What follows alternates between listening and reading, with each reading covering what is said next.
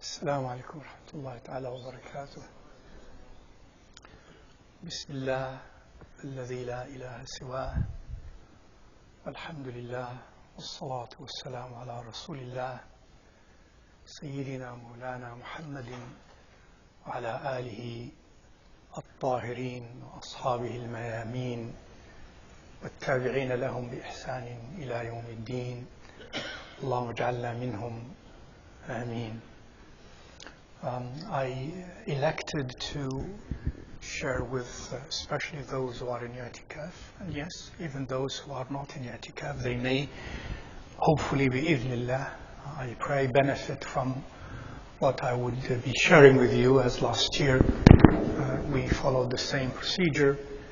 We informed each other about certain fiqhi and spiritual aspects of Itekaf and certain etiquettes of Itekaf, since those who are in Itekaf have come here voluntarily, willingly and lovingly. And the intent, alhamdulillah, is to improve and to better ourselves and to be, inshallah ta'ala, hopefully get to the level of being especially mahboob of Allah, loved by Allah subhanahu wa ta'ala, our sins forgiven, and so many beautiful things that are the consequence of any sincere ibadah, and Itekaf is ibadah. Number two, Itekaf, as many of you already know, if not all of you, حفظكم الله, that it is the practice of Rasulullah sallallahu alayhi wa alihi wa sallam, that he used to every Ramadan, yarhamukallah, yarhamukallah, yarhamukallah. Well, you have to answer me. I prayed for you, why don't you pray for me? يهديكم الله ويصلح بالكم. Once you say Alhamdulillah, it's an obligation on everyone to say Yarhamukallah. Not just few. Everyone who hears you say Alhamdulillah must say to you Yarhamukallah. And you courteously, you say Yahdikum Allah wa yuslihu balakum. It is the sunnah of Rasulullah sallallahu alaihi wasallam. He used to practice Itekaf every Ramadan. How many days or nights? 10. And the last year it was 20. The last year of his life, sallallahu alaihi wasallam, was 20 nights, sallallahu alaihi wasallam. He also used to practice Itekaf in a different way, even before he was a Nabi. When he would go to Ghar Hira and be in Itekaf, in seclusion, in ibadah, in pondering, in reflection. And one of those times, it was the month of Ramadan, and he went, as Sayyidah Aisha says, he went with the intent of Itekaf for 1 month. And it was the month of Ramadan. And you know what happened during that hal of Itekaf? That hal of personal, private relationship with Allah subhanahu wa ta'ala, you know what happened. What happened? Jibreel came. In that condition, Jibreel alayhi salam was sent to Rasulullah sallallahu alayhi wa sallam to inform him that he has been chosen and selected to be the ultimate messenger of Allah subhanahu wa ta'ala. So it is the sunnah of Rasulullah sallallahu alayhi wa sallam. And when we practice that, first and foremost, we practice that with that intention. This is the way of Sayyidina Mawlana Rasulullah sallallahu alayhi wa sallam. And the Quran mentions also, as you know, Itekaf in Surah Al-Baqarah, about Itekaf as well, and mentions to us some of the requirements of being in Itekaf in the masajid.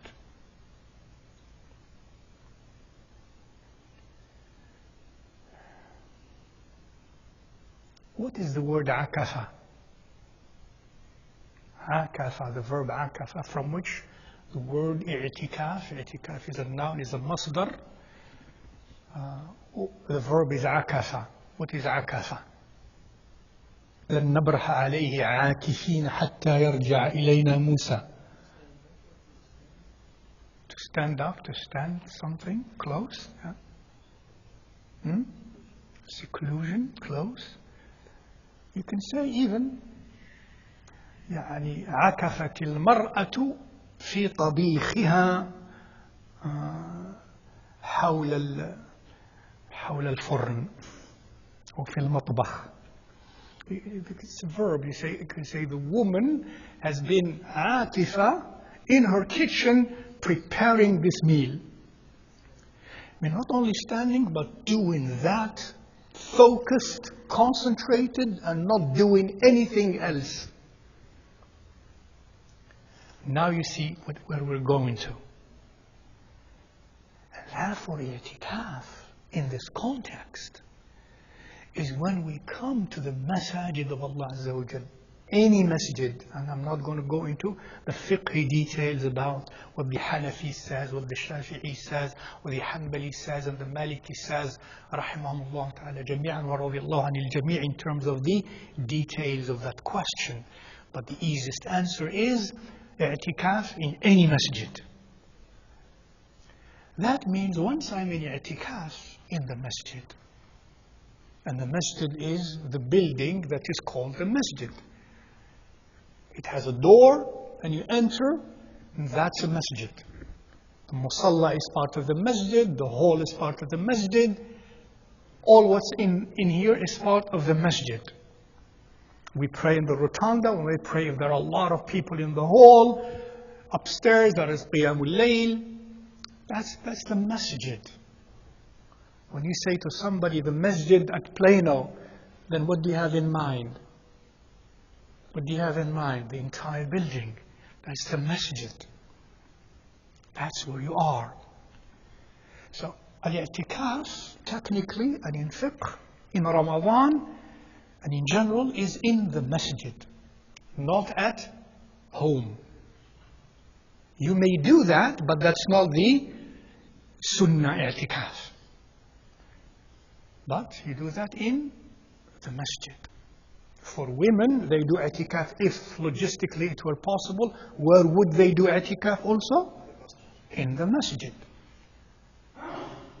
And you must have learned an opinion, arhamukallah, in the Hanafi school, that in the Hanafi school only, that a woman may perform i'tikaf in her own home where she has a place assigned for salah. That will be her mu'takaf. They say that's better for her, the Hanafi school, and that it is jaiz for her also to do i'tikaf, to practice i'tikaf in the masjid. But that's the opinion of the rest of the schools, that it is like the man, the i'tikaf is in the masajid. That is the Maliki school and the Hanbali school and the Shafi'i school, because of the texts and because of what some Sahaba have practiced and said, radiyallahu ta'ala anhum ajma'in.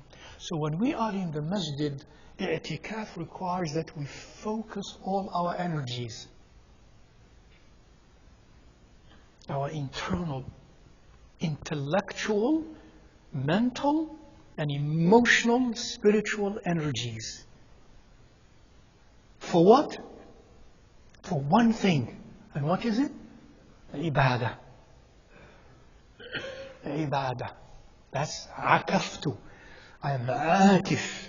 Now assume, could we say this person is akif ala shay if he does something and then goes does another thing and another thing? Would we say that he's akif on A? No. So if I am in the masjid and I'm doing ibadah sometimes, and I'm having jokes another time, and I'm oversleeping another time, and I'm doing other things, playing basketball another time, and will I be a mu'takif? Will I be akif? No. Even the word in the language conveys the meaning of being very focused and serious more than any other time. Because this is i'tikaf. You make yourself atif. I'takafa means you make yourself, you force yourself, because we all have weaknesses, especially some younger people.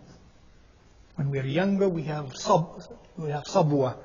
We have that internal like fall, like, you know, you want to do things.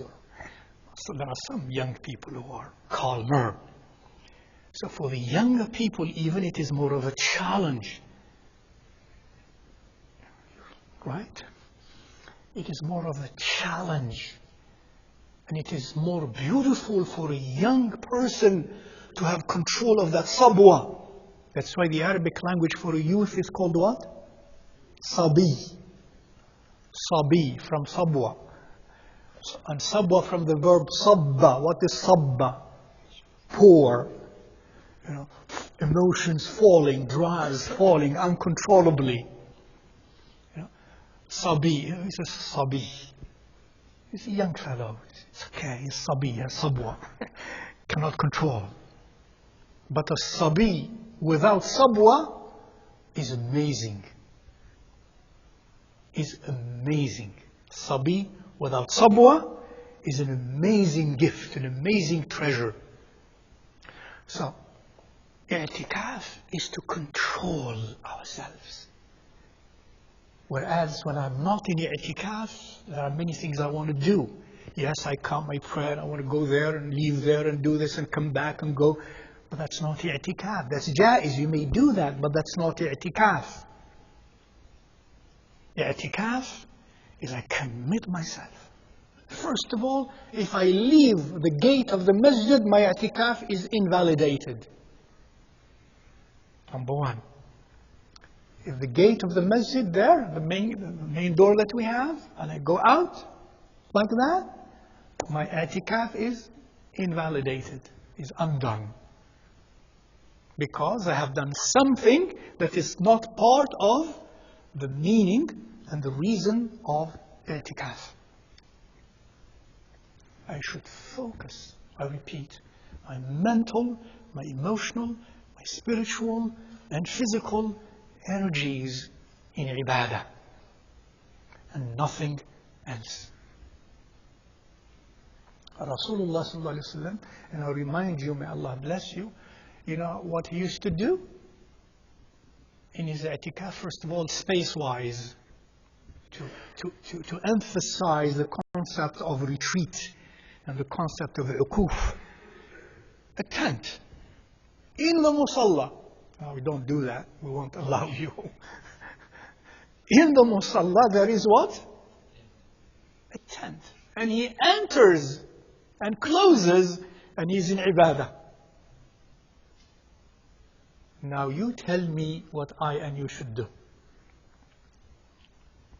When we are running around and, you know, and having conversations and laughing loud and having fun and talking about legitimate worldly matters. To talk about illegitimate worldly matters, that's always wrong anyways. In other words, it is not the way Rasulullah has meant for us to practice i'tikaf, so that we benefit. Because it's about cleansing our qulub. It's about learning to detach inside of us from that which has so much preoccupied us inside. And we are emotionally connected and attached and addicted to. This i'tikaf is a retreat, is a khalwa, to help clear and remove the trash and the dust and the dirt and the unnecessary, unimportant attachments inside of us, by focusing on certain things to do, of which keep your tongue guarded and use it only for khair, dhikr of Allah subhanahu wa ta'ala. Do you know that there are two schools of thought Two main schools of thought, our earliest ulama, rahimahullah ta'ala. Two schools of thought. They say the only thing you can do, whether you're a scholar or a student or a lay person, to do in i'tikaf as mustahab is tilawa, dhikr, tilawatul Quran, dhikrullah, dua, salah. You're not allowed to study ilm and to teach ilm. And these are ulama who say that. You should only focus on yourself, on your nafs, on your ibadah. Because this is a matter about you. Don't come to the masjid for i'tikaf and think you're here for people. This is the attitude of I'm always for the others, meaning the others have to change. I just teach. There are some of us who learn to teach. Many people like that. That's wrong. We learn to do what? To practice. We learn to practice. Now, Sayyidul Khalq, sallallahu alayhi wa sallam, in Ramadan, he comes, pitches a tent, enters in ibadah and does not teach. That's why the two schools of Al-Maliki and Hanbali school say it is makruh to teach ilm. Mudarasatul ilm or ilmi debates. Because they say Rasulullah sallallahu alayhi wa sallam, who he was, and he didn't do that in his i'tikaf. They didn't say it's haram. They say it's makruh to do that. The school of Ahnaf say it is haram, makruh karahat tahrim, in the Hanafi fiqh, to speak any word that is not khair, etc. This is something beautiful, but very serious, my beloved brothers and sisters. It's beautiful, but very serious. It's not, we don't come here to the masajid for sleepovers. You know, let's get together in the masjid and have a sleepover. It's good to have fun in the masjid, and we sleep in the masjid, and then we have fun, we play basketball, we run. Hey, that's jaiz, not in i'tikaf. I'tikaf is i'tikaf. Mind your heart, mind yourself, mind your nafs. Begin seriously to think of you, of your nafs. Especially those of us who think we know. Focus on yourself. Because those of us who think we know, we seem nowadays to live to teach and to learn to teach. And you look at the consequence of that. What is practice? It's all about teaching. What is practice? It's all about talking. Majlis talk, meeting talk, audience talk. I'm talking. But that's not the intent. The intent is not to disseminate ilm for ilm. The intent is to practice ilm. And if those of us who teach ilm don't practice more than those whom we taught, whom we teach, then our efforts will not be blessed. That's what we need to do.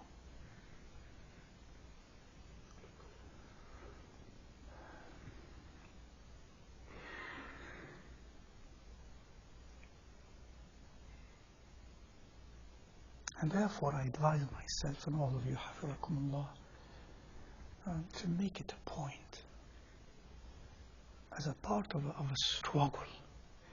And believe me, if we practice, and this is what I was told something like 30 years ago in my first i'tikaf.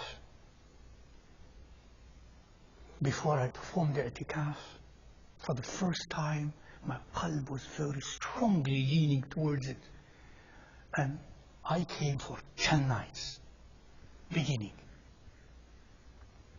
One young man, whom after that year or another year I've never seen again. It's like Allah sent him from somewhere. He was very special. He was in i'tikaf. And he was very serious. He has said to me, between me and him, he said, Ya Mukhtar, if you practice Itekaf the way it should be, you will never stop.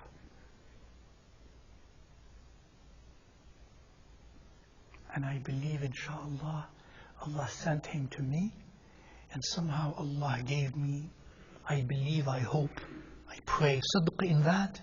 And since then, I cannot breathe without Itekaf in Ramadan. With a desire like desire for food and drink even more.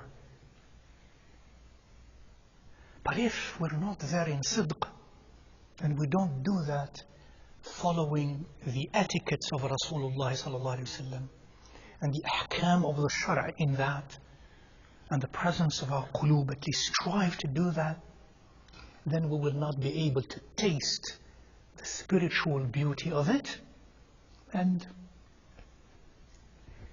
we will not build an attachment for it. And if we don't, we lose rewards and we lose many other gifts from Allah subhanahu wa ta'ala. So I admonish you and myself to take it very seriously. Simply to learn to say no to the nafs, no to talking, no to raising our voices, no to playing, no to overeating, no to oversleeping. And then, excuse me, my beloved brothers and sisters, what is fasting if we spend most of the day sleeping? And then we wake up close to Maghrib, and then we go eat, and then we go have fun at night, just because people are around, and we stay up all at night laughing. Yes, some salah, alhamdulillah, okay. But then, I don't know where the qalb is, and then come the Fajr, pray Fajr. Some of us don't even pray Fajr.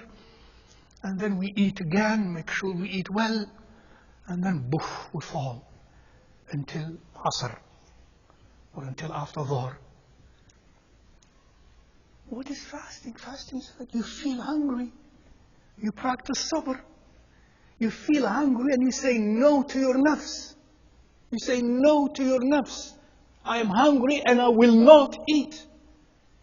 Because in this way I will learn to say to my nafs, I will not do certain other things that are wrong. And I will do certain good things that are right, that my nafs otherwise doesn't want. I practice that through fasting. If I'm sleeping all day, then what's fasting? And Itekaf is even more so. Itekaf, sallallahu alayhi wa sallam, it is said, you know how he was described when the last 10 nights come. Of course, the last year was 20 nights. What does he do? How did Sayyidah Aisha describe him? To say how serious he was and how much less he slept. Imagine how did he sleep before that. Sallallahu alayhi wa sallam. And then in Itekaf, mashallah. How did she describe him? Shadda mi'zarah. Shadda mi'zarah. In other words, what is shadda mi'zarah? Like you have now pants, hopefully baggy pants. That's when you want to sleep, what do? You remove that, you remove that, you wear something loose. So shadda mi'zarah, he doesn't remove his mi'zar to sleep.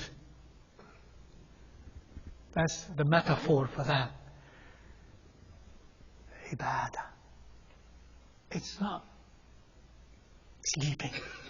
Yes, we sleep as much as we need, but not oversleep. And we should sleep in Itekaf less than we usually sleep, because we don't want to waste time in sleeping and not in ibadah. So please focus on that. Hafidhana wa iyyakum Allah. Commit to that. Commit to doing that, imploring Allah to bring something in our hearts, to make us aware of Him. Because ultimately we want to be always aware of Allah. In the masjid and outside the masjid. In anger and in peace. I don't want to forget Allah. So that I do everything the way He loves. And even in the finer details, a person who becomes more and more aware of Allah will become beautiful and aesthetically beautiful in his comportment or her comportment. Would even see the minute details of behavior and does not allow for himself or herself to fail, aesthetics in behavior. You know what I mean? Aesthetics, something not just normal, but aesthetic, beautiful. So not only al-wajib and al-mustahab, but also the adab, the fine things, the fine details. The more we are aware of Allah, the more we develop that. Itekaf is to help me develop more awareness of Allah Azza wa Jal. And when I'm aware of too many things, I'm not aware of Allah. So Itekaf, akafa, I want to disengage so that I only allow one source from Allah Azza wa Jal, to become more and more aware of Allah Azza wa Jal. Let me give you an example. If outside you're in nature, for example, and then you're talking, if you ever hiked alone in nature or with a group, and then you're talking. When you're talking, what are you going to miss? All the intricate, subtle, beautiful sounds in nature. They are there, but because of your talk, even legitimate talk, you can't hear them. What do you need to do to hear them? Stop all of that. Disengage. Stop all of that. And listen. And then you can hear sounds you would not be able to hear otherwise. Then we'll be able to hear inside of us that which otherwise we don't. When you are committed to that in Itekaf, through salah, tilawat al-Quran, dhikr, dua, reflection, tadabbur, tafakkur, توجه إلى الله سبحانه وتعالى بالتضرع وبالتوسل, to do that, and Allah does what He does. So I advise you with this to have a schedule. Everyone should have a schedule from morning through the next morning of amal, murattaba, organized in your mind, or even you can write it as a schedule. From, let's say, whatever, Maghrib time, let's start Maghrib time until the next Maghrib time. Every day, what you will be doing. You don't leave a minute open. I am not exaggerating. You don't leave a minute open. All of that must contain either what? Dhikr, tilawat al-Quran, salah, dua, istighfar, tadabbur, tafakkur.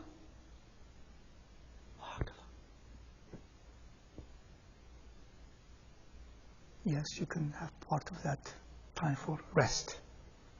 But when you are like that and you go to rest with dhikr of Allah Azza wa Jal, Allah will write your sleep as ibadah.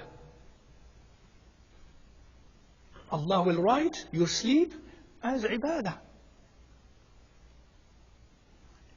Rasulullah sallallahu alaihi wasallam teaches that if someone is used to a certain amal of ibadah sincerely, used to it regularly, and then something happens beyond his capacity, like falling sick or even traveling for something important he can't do without, then guess what?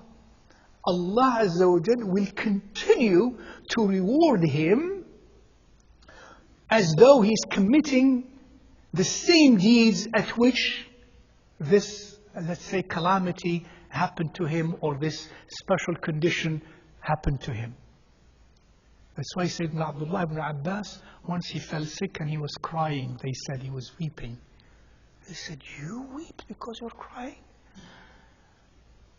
He said, and he mentioned this text I shared with you, and he said, before I fell sick, I was not in ijtihad as I should be in ibadah. So now, in other words, what I have in my account is not what I want. It's less than I want. In other words, I wished before I fell sick, at the moment I fell sick, I was in ijtihad, in ibadah. That would continue for me by the grace of Allah.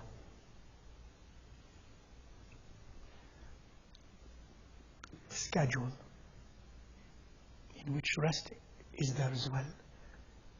Alhamdulillah. But the most important of that, practically, I advise all of us, guard your tongue. That's where it starts. That's where it starts. Guard your tongue. Do not speak. Not because not speaking is virtuous in itself, because we speak too much. And if I don't speak, I must speak only what? Dhikr, dua, Quran, salah. This is speech. And what is the best of speech? Don't you say it in the khutab also? إن أصدق الكلام أو خير الكلام كتاب الله. Allah subhanahu wa ta'ala calls the Quran أحسن الحديث, أصدق الحديث. If you want to speak, Quran. Especially in Itekaf. Have that schedule. Part of that schedule, I suggest, and this is, I would say, the least. And then each one of you would, inshallah ta'ala, each one of us would modify as needed and as necessary. Please, please, please. Some may do less, some may do more, depending for this first one. 1 juz of Quran a day. 1 juz of Quran a day. Keep in mind, there are people who do 10 juz a day. There are some people who say, no, Uthman, it is related, as the ulama and the mufassirun of the Quran mentioned, he finished the Quran in 1 rak'ah, in one night. Sayyidina Uthman radiallahu ta'ala an, in one of those instances, as Imam Ibn Kathir relates and many others have related, that he used sometimes to finish the entire Quran in 1 rak'ah. Now I'm saying this so that you know where we belong. So when I tell you juz, don't say, oh, this is, or 10 juz, oh, this is. Think of those. Okay? If you think you're fasting, alhamdulillah, we are fasting. May Allah forgive us for the way we fast. But, you know, some Sahaba like Sayyidina Abdullah ibn Zubayr, and I did mention that to you sometimes before. I'm not saying do that, don't try that. Sayyidina Abdullah ibn Zubayr, a great Sahabi, it's well established.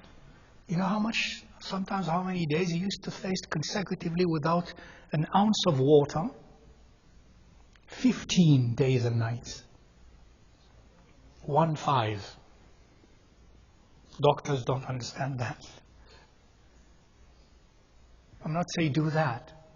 So that for you and me to have something high to aspire for. And so that we know where we belong. And as the rahmah of Allah, the merciful love of Allah is very, very wide. So we hope for that. A juz of Quran. At least some may do less, some may do more. Because some people may not read the Arabic very well, and it might take them long to read. Just those who read well Arabic, mashallah, especially those who memorize, the juz can be done in 12, 13 minutes. 15 minutes. Read well, but quickly. But alhamdulillah, you can do it in an hour, you can do it in 2 hours. I don't know. You can do less, you can do more. Quran. Number 2. Dhikr of Allah subhanahu wa ta'ala. Or let me say before that, salah. Nawafil salah. Nawafil salah. Look, maybe especially those of us who are older, just remember how many, perhaps, years or months in one's life one has missed salawat. Think about that. Think again, assume we didn't miss anything. What was the quality of our salawat? Fourthly, salah is a connection with Allah subhanahu wa ta'ala. To seek His forgiveness, to seek His blessings, to seek more of His merciful love, to seek to be grateful to Him subhanahu wa ta'ala with every rak'ah and every sajdah. And with sincerity, the rewards are immense, even in 2 rakat. So I suggest, ready for this? Ready for this? For some of you, it has to be yes. Say it. 100 rak'ah every day. Not less than 100. Read Al-Fatiha, for example, and Surah Al-Ikhlas. Surah Al-Ikhlas has a lot of tremendous benefits. And in your ruku' and in your sujood, Subhana Rabbil Azim, Subhana Rabbil Azim, Subhana Rabbil Azim, Subhana Rabbil A'la, Subhana Rabbil A'la, Subhana Rabbil A'la. It's neither fast nor too slow. 100 rak'ah. Those who try it because you think it's, believe me, try it. The only way to get out of that clot or knot inside about this is to do it. And I know, believe me. And you will change after that your attitude towards such numbers. How long do you think it will take those who have never done this before? What do you have in your mind how long it would take? You say, no, you were here last year. I said somebody who doesn't know. You think of 4 hours, 6 hours. It will not take more than maximum 2 hours. Maximum 2 hours. Maybe even an hour and 45 minutes, an hour and 50 minutes. Maybe for some, depending on an hour and a half. But good time, at least 100 rakat, 2 hours. And then you will beat shaitan. Because shaitan comes to you and me and makes that appear to be infinitely long. The only way to cast shaitan away from you is to do it. And you will know that shaitan is wrong.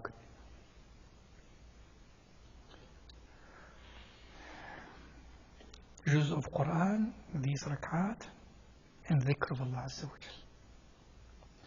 Some of you know the adhkar of the morning, the adhkar of the evening.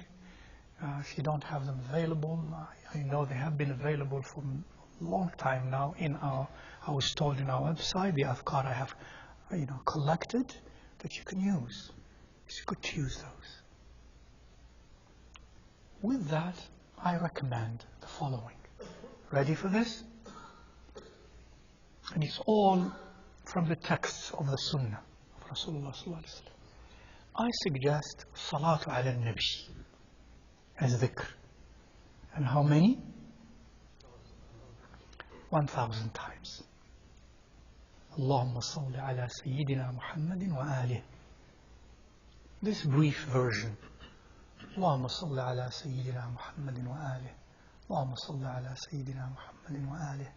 Allahumma salli ala Sayyidina Muhammadin wa alih. Not Allahumma salli ala Allahumma salli ala Allahumma salli ala Allahumma salli ala. Not like that. Please. Allahumma salli ala Sayyidina Muhammadin wa alih. This is fast but not slow. Not slow, not fast. Too fast. Allahumma salli ala Sayyidina Muhammadin wa alih. Allahumma salli ala Sayyidina Muhammadin. Allahumma salli ala Sayyidina Muhammadin wa alih. 1,000 times. Those who have never done this before, how long do you think it's going to take? Yes. 1,000 times. How long do you think it will take, time-wise? 15 minutes? 45 minutes? Yeah. If you have done it before, it's neither 15 minutes nor 45 minutes. At this speed, it doesn't take more than 30 minutes. Maximum 30 minutes. That's all. Imagine you divide it. 10 minutes, 10 minutes, 10 minutes. But shaitan makes it look like eternity. SubhanAllah. 30 minutes, eternity. Now break the back of shaitan by doing 10 here, and 10 here. He's going to get... Anyways, he's chained. But where he is chained is... Yeah, he's... And then you go and do it on one shot and feel good. Where he is in jail, he's going to burn. Because subhanAllah, he was ordered to be in dhikr and in sujood, and he did not. And you, as a child of Adam, you're not ordered to do these things. This is mustahab. And you do that. You know what it does to him? SubhanAllah. 1,000. Salah al-Nabi. And with that, I recommend highly, every morning at least, or during the day, and preferably morning and evening. Now ready? 100 times. Astaghfirullah alladhi la ilaha illa hu al-hayy al-qayyum wa atubu ilayh. 100 times. In one text it teaches the one who says this or this 3 times, Allah forgives his sins even if they were as many as the foams of the seas. Mu'takif, sincere, alhamdulillah, thinking of my dhunub, imploring Allah to change me, and I remember and I say that with that meaning. And as you know, Rasulullah used to say astaghfirullah in one form or the other, at least how many times a day? 100 times, 70 or 100 times. And he was who he was. Keep that in mind. 100 times astaghfirullah alladhi la ilaha illa huwa al-hayy al-qayyum wa atubu ilayh. And feel that meaning. 100 times. How long do you think it's going to take? To say it 100 times. 10 minutes at the most. It would take about 7.5 minutes. Shaitan's back is broken again because it seems to be eternal. Second, 100 times Subhanallah wa bihamdih. Subhanallah wa bihamdih. Subhanallah wa bihamdih, especially in the mornings and in the late afternoons. And then 100 times La ilaha illallah wahdahu la sharika lah lahul mulk wa lahul hamd wa huwa ala kulli shay'in qadir. This version 100 times. How long do you think it's going to take? Maximum 10 minutes. Takes about 8 minutes. And then 100 times after that, Allahu Akbar, Allahu Akbar, Allahu Akbar, Allahu Akbar.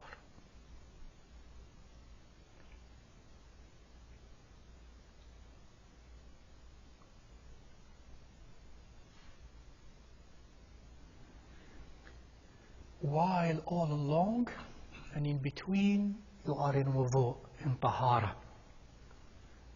Always in tahara. If you miss your wudu, go renew your wudu. You don't have to, but go renew your wudu. You have to only if you perform salah. But I highly recommend that you are always in tahara under regular circumstances, not for those who are ill or sick who can't or something bad. All of you, inshallah ta'ala, who have no special condition of illness or so, be in tahara all the time. That's the recommendation of Rasulullah sallallahu alayhi wa sallam. Always in tahara. And in between, as you are in tahara, as we said, guard your tongue and reflect. And then, by the way, write your schedule on this basis. What you do from Maghrib to Maghrib, write it on this basis. And begin implementation immediately. Immediately. If you have any question pertaining to these matters of ibadat, alhamdulillah, and I'm around here, do not hesitate, but you should hesitate only if you see me in my own wird. Wait until I'm done, even if it takes another hour. I'm just like you. I don't teach you to teach you only. Ya'lamullah, this even I had to debate whether I should do or not. But I hope Allah will accept this from me and from you all, inshallah ta'ala. So you may ask me, but also be mindful of someone else who is in the dhikr of Allah Azza wa Jal. Don't disturb them until they're done. And the person who is in dhikr should learn, if dhikr is in your qalb, you will realize why you should not distract somebody in dhikr. But if we have never experienced it in our qulub, we wouldn't know that. And we don't know what we are doing when we break the focus of someone in dhikr of Allah Azza wa Jal. Like someone in salah, that's dhikr. Would you come and say, hey, listen, help me with this, I'm talking to you. He's in dhikr. Salah is a dhikr, that's the dhikr. Salah. So also adabu bi'tikaf especially, and in general, respect each other's spiritual privacy. And therefore, part of guard your tongue in this, do not, as you speak, if you have to speak khair, don't raise your voices. Remind each other, lower your voice. Whisper. You can whisper. You don't have to make yourself heard. That's nafs. Whisper. Out of adab, out of humility. And not to distract others as well. May Allah subhanahu wa ta'ala bless you and guard you and protect you and honor you and may Allah make this itikaf of yours and ours one that is first accepted by Allah Azza wa Jal, and one from which we shall exit inshallah as the end, reformed somehow, changed somehow. And if that is done in the beautiful right way, we will long immediately for next year. And we will even have nafila i'tikaf from time to time because of what Allah has enabled us to taste and to have of the spiritual benefits of that, inshallah ta'ala. At this point, is there any question before I let you go? Yes. Astaghfirullah alladhi la ilaha illahu, and it's Tawheed part. Al-Hayy al-Qayyum, two names of Allah Azza wa Jal. وَأَتُوبُ إِلَيْهِ وَأَتُوبُ إِلَيْهِ. It's good to write it down and to distribute it for the others who cannot memorize it immediately, or just record it in your supercomputers like those. There are supercomputers, those things. Yes.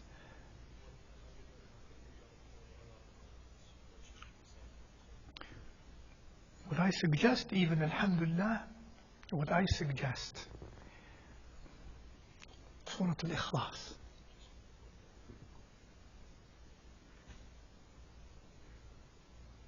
What?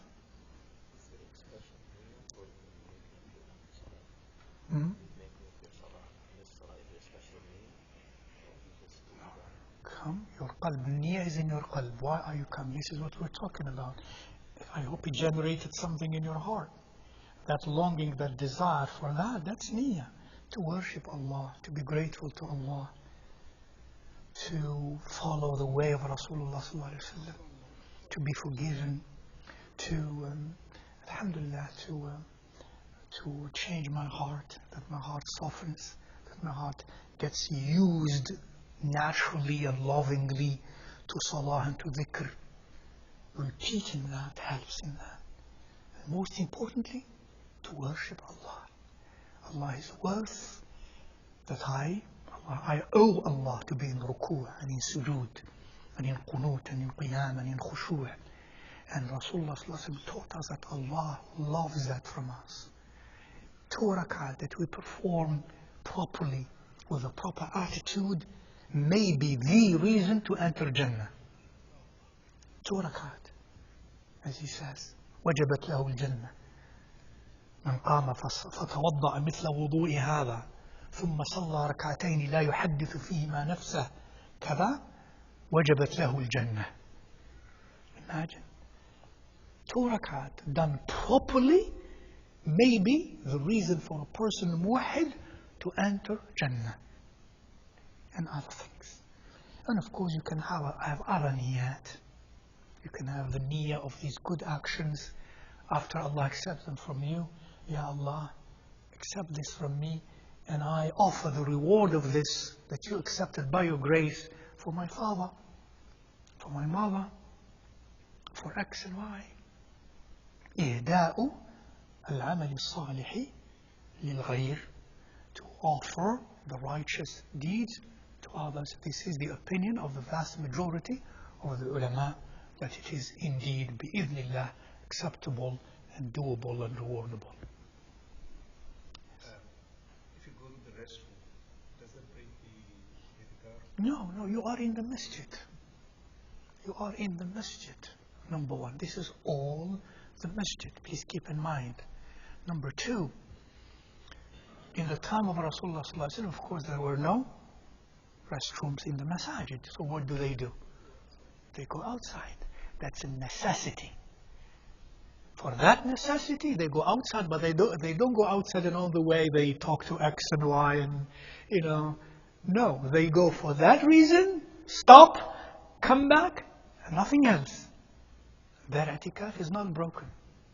So taking a bath is permissible? It is permissible, but remember, you are in your itikaf. I'm not saying don't take a bath.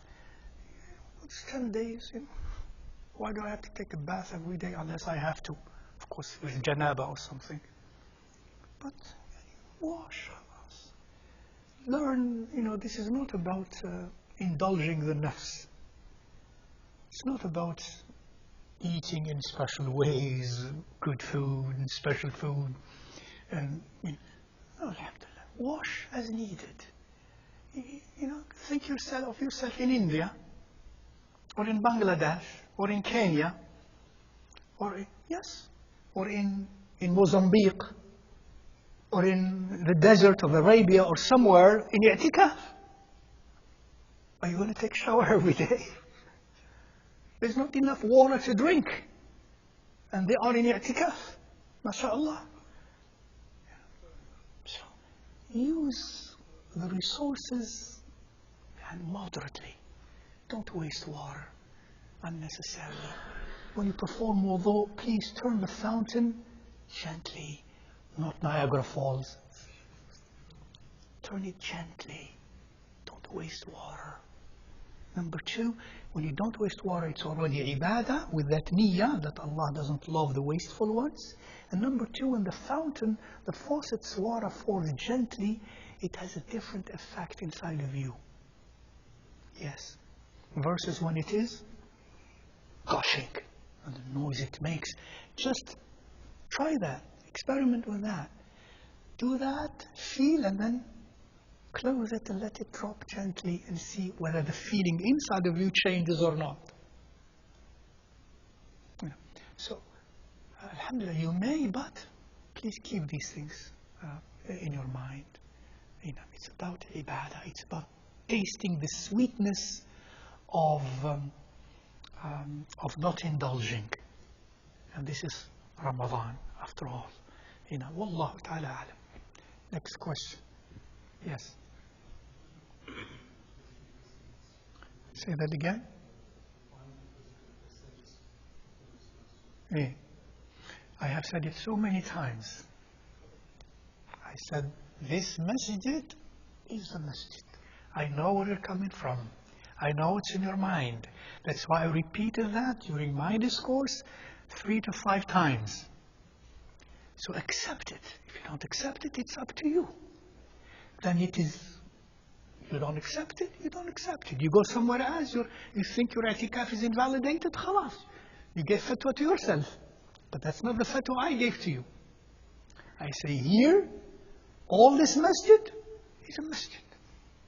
And yes, do not bring food in the musalla. Do not bring food in the musalla. Because this is all the masjid and we can eat elsewhere inshallah, because it will be inconvenient to many people. And with experience of before, masjid stain, fumes, ila ذلك, discomfort, and so on. So, that's out of adab. It's not haram to bring the food here. But under these conditions, ننزه تنزيها our beloved brothers and sisters from being uncomfortable. And if we do that, others will keep doing that. Why not? If you do that, why not others? And then you're going to have a mess in here. But this is all the masjid, alhamdulillah. I am a mu'takif here, and I do not eat here. There's a space all the way back.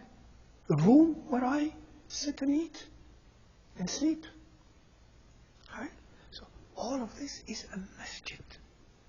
And what is a masjid? When you say, I said earlier, what did I say? When you say, I'm going to Plano Masjid, what's in your mind? That's the masjid. That's masjid. And then you pray in the rotunda, because it's a masjid. Can you play in Kentucky Fried Chicken? Why? Why not? Because it's not part of the masjid. But you pray here because this is part of the masjid. That's the masjid.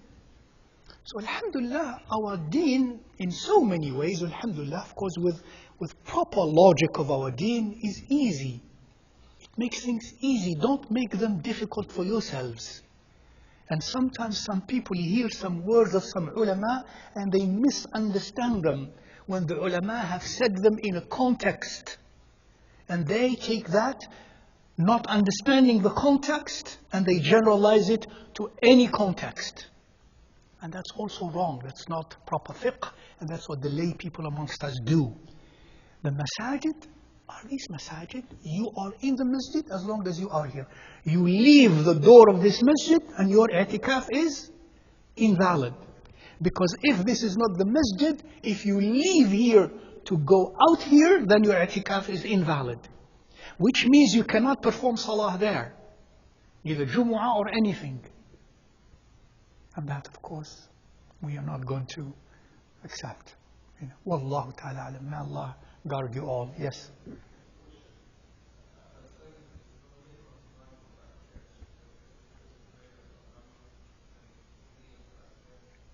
Not in that way. But the i'tikaf of the sunnah during the month of Ramadan is the 10 days of the month of Ramadan. That's the sunnah of Rasulullah sallallahu alaihi wasallam. The last 10 days or the last 20 days. However, i'tikaf in general, yes, not the sunnah i'tikaf as such. I may have the niyyah for even an hour, for even 10 minutes of i'tikaf. And now 10 minutes of i'tikaf or 15 minutes of i'tikaf, meaning عاكف على العبادة والطاعة. Nothing else. But if I come for 10 minutes in the masjid, I'm only in the masjid. And that's not i'tikaf, because I'm doing other things. Yes, it can be a few minutes, it could be an hour. Many ulama have said that. But the i'tikaf that is sunnah is in the last 10 days of Ramadan in particular.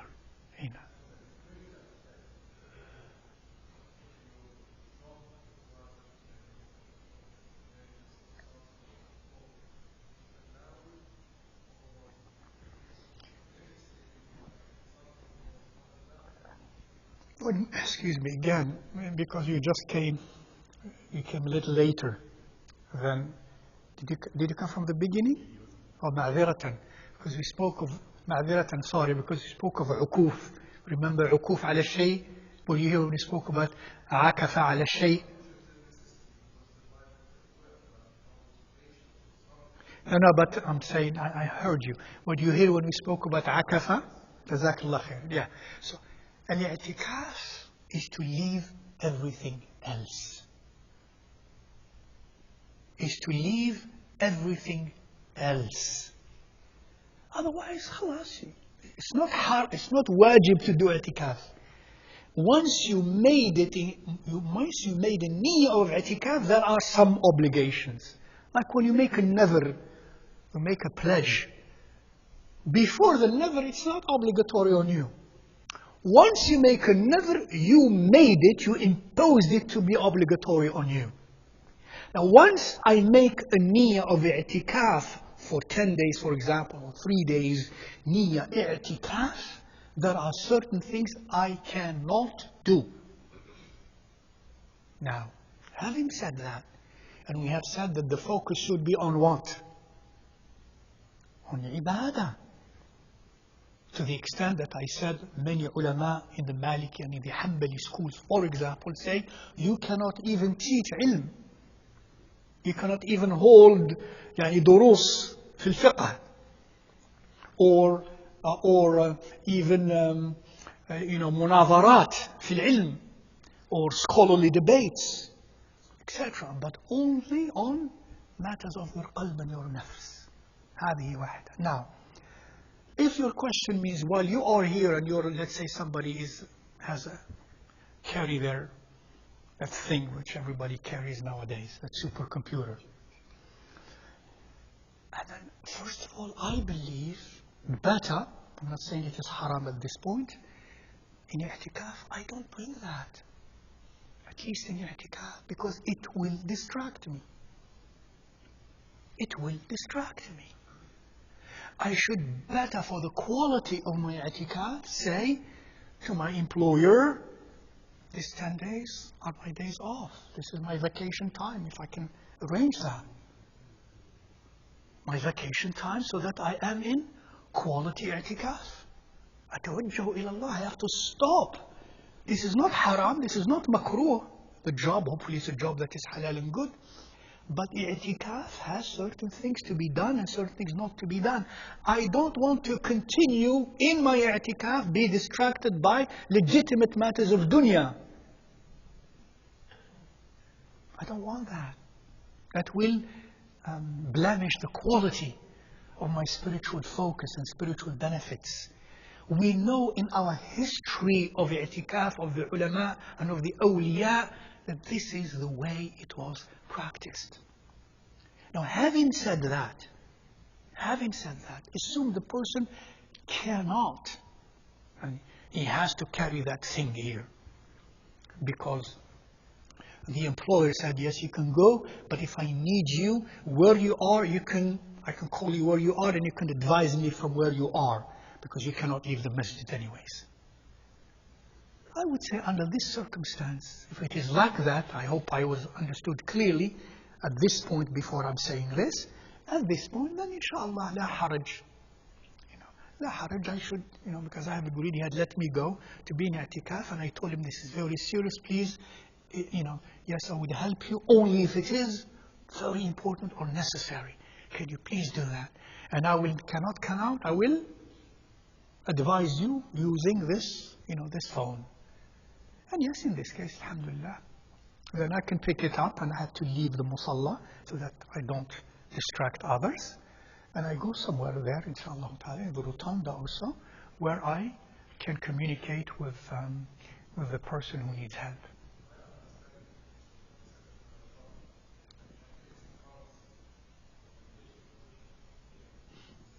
Yes.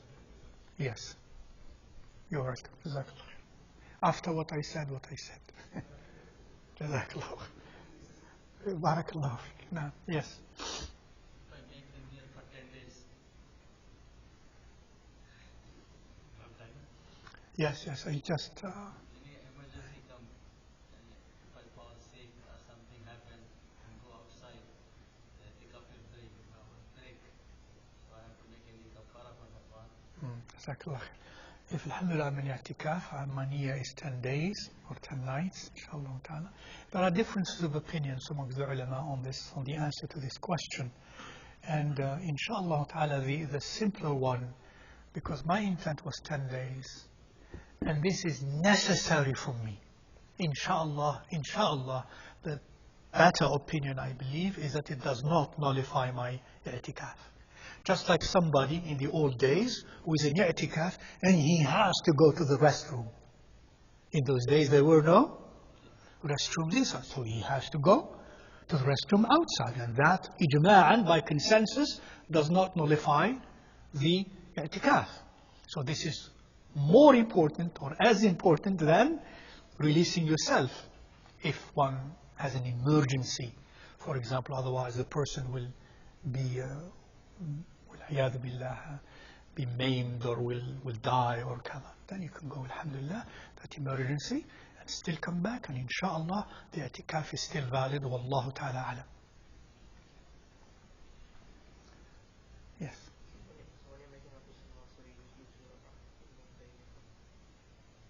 You're making up. No, this is just because I mentioned that because we have, for example, those of us who have missed salawat. Isn't it worth to increase the pool of our nawafil? The more we perform salawat, the better. But the question of making up, that's a different question. Jazakum. Of i'tikaf? Not in i'tikaf. Qada of i'tikaf.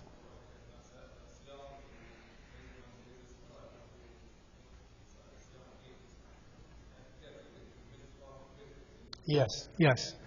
Rasulullah sallallahu alayhi wa sallam did that. Rasulullah sallallahu alayhi wa sallam did that. And therefore, if you impose on yourself an i'tikaf, nadhran, for example, as a nadhr, as a pledge or so, and for some reason something happened and you could not, then it is good too. Some say it is good. Some, if it is nadhr, it is obligatory. If it is sunnah, it is not obligatory, but it is preferable to make it up. Jazakumullah ta'ala khairan. May Allah bless you and protect you and reward you. Now after this, what do? Practice, action. Exactly. Action. And action means a lot of inaction. A lot of quietness. A lot of dhikr. A lot of silence. A lot of dua. And please don't forget each other in your dua. I pray that everyone, inshallah, will practice in i'tikaf that is accepted by Allah. And that your dua be accepted, and his dua and my dua will be accepted to all of us, inshallah. And don't forget each other in your dua, and don't forget me, please, in your dua. And don't forget those, especially one who was with us. Of course, I'm sorry to utter this again. One who was with us here last year in i'tikaf, a very beloved elder person, the father of Brother Zahid, Sayyid Rasman Bida, rahimahullah ta'ala. Pray that Allah Azza wa Jal will illuminate his grave and will illuminate his abode, inshallah ta'ala, and grant him Jannah bi'idhnillahi ta'ala. Wa jazakumullahu khairan. Wassalamu alaikum wa rahmatullahi ta'ala wa barakatuh. Subhanakallahumma wa bihamdik. Ashhadu an la ilaha illa ant. Astaghfiruka wa atubu ilayk.